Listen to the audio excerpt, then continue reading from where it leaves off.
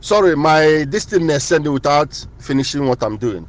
So India image I want send a perfect example of what I was saying. India etego haji achoi bata na ani Igbo. Obrota kemgbe 10, 15, 20 years kafaji achoi bata. Etago fabata say we say pockets of some group of Jewish Shabbat man odoro popular. Okay? Now before how we find is here Nnamdi Kanu as their favorite. Okay? Now o nwere ọtụtụ ihe mama nwere ike ịgwa unu at this stage kịta nna bụ unu okwu mgbe a na-achọrọ ibido ihe dịka IPOB anụwa o nwegasị iji eje mana Spain mana ihe ndị ọzọ gasị o nwere iji eje gasị which in the private too, but I won't say it here. Okay, so what I'm telling you bụ na Nnamdi Kanu bụ agent of Zionism na ani Igbo. Okay, na ani Igbo Nnamdi Kanu bụ agent of Zionist. N'anya o nwere ndị ọzọ before Nnamdi Kanu o nwere ndị ọzọ chọburu ibia ịbụ the same thing mana ọ dabaghọzi and m ga-agwa ya unu o nwere group a na-akpọ Biafran Zionist. O nwere group a na-akpọ Biafran Zionist. O nwere group a na-akpọ Biafran Zionist. O nwere mgbe ha make some attempt imekwa the same thing ihe gbasara Biafra mana ha agaghọ far. Ha agarọ far. Before Nnamdi Kanu wee bịazịa wee take his full time. Nnamdi Kanu ji aghụghọ wee bịa. Ị na-anya ifu that na o wepụtara issue of Shabbat. The earlier time ọ bịara o bugodo ụzọ wee bịawa Chukwu okike abịa ama. Ise ife niile ọ na-ekwu Chukwu okike abịa ama. Step by step ọ na-abazi Shabbat because ọ ma na otu oge si wee ba ndị be anyị ime. So the same way ka Asari Dokubosi wee bụ agent of Islamic or Islamization. Ịghọtago biko nụ ghọtanụ na ihe anụ biko nụ ihe anyị bụbu ndị Igbo dị ihe mpụ na ya n'ụwa bụ Igbo nation. Ife niile ịma na onye ka m ji wee sị na ugo ife ị na-ekwu ekwugo m ya tete. O mgbe there was a time m call for Igbo nation. Why can't we begin to look for Igbo nation? Ka ọ bụrụ ke n'ihe anyị bụ maka nwanne ka m gwa nke bụ eziokwu. I'm not a Biafran person. I'm an Igbo person. Okay, can you know one simple example? Ndị na-eche echiche.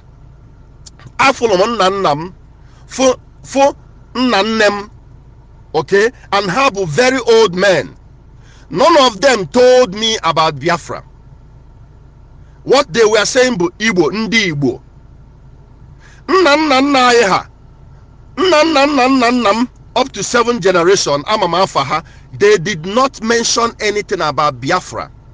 What they were mentioning, passing down to their sons and their sons but Igbo nation. So there was a time I talked about why can't we begin to fight for Ihaibo, which is Igbo nation. Now the only thing get the when we begin to fight for Igbo, speaking Igbo, looking for Igbo, searching for Igbo. Ihe ọbụla anyị na-aga na-ekwu abụrụ Igbo. Nnamdi Kanu kwubu Igbo mana ọ bụkwa na anyị na-ekwu ihe ọzọ bụ ihe anyị na-abụrụ n'ọnwụ ka ọ ga na-enwetara anyị and ọ ife mere anyị ihe a bụ ihe mere anyị na that first war. We want to claim or take what is not our identity. Kedu ihe ndị ọzọ na-akpọ anyị? Other nations na Nigeria, ndị Hausa, ndị Yoruba, ihe ha na-akpọ anyị bụ ndị Igbo. They don't refer to us as ndị Biafra. No.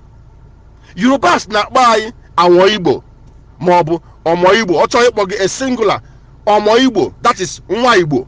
Ọ chọrọ ịkpọ anyị in general kpọ anyị Awo Igbo, people of Igbo. The same thing bụ ndị Hausa, ndị Igbo kafa na-akpọ anyị. Ndị Urobo, ndị Shekiri na-akpọ anyị ndị Igbo. Nobody refers to us as Biafrans except ourselves. So asa anyị nwa na-eji aka anyị na-atụfu our identity na-akpọ anwa anyị Biafra.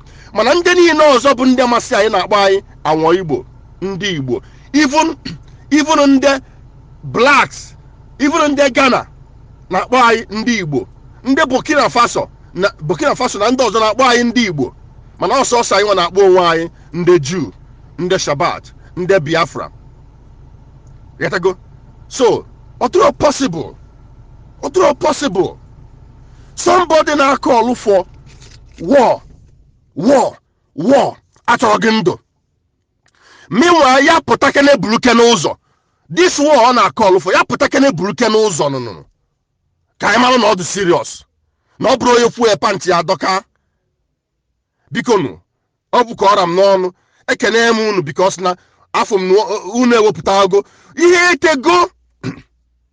And this last audio image na afọ ebe ị ga-afụ ndị kpukasị red cap chiefs, or some of our red cap chiefs asachiri isi nyesie ego ndị Israel abịasị nyesie efe ego because ha ji ego nunu, ha na-ejikwa ego enyecha ndị traditional rulers ahụ fe wee na project na propagate imago Jewish and Hebrew and Zionism and all those things.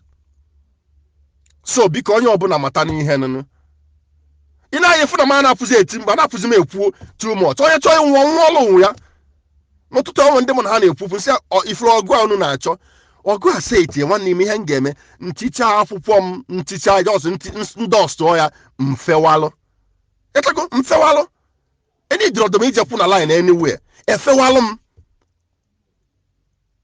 Onye ọbụla malụ n'ife nụnụ. Enyi ọ bụfa ka ọra m n'ọnụ daalụnụ.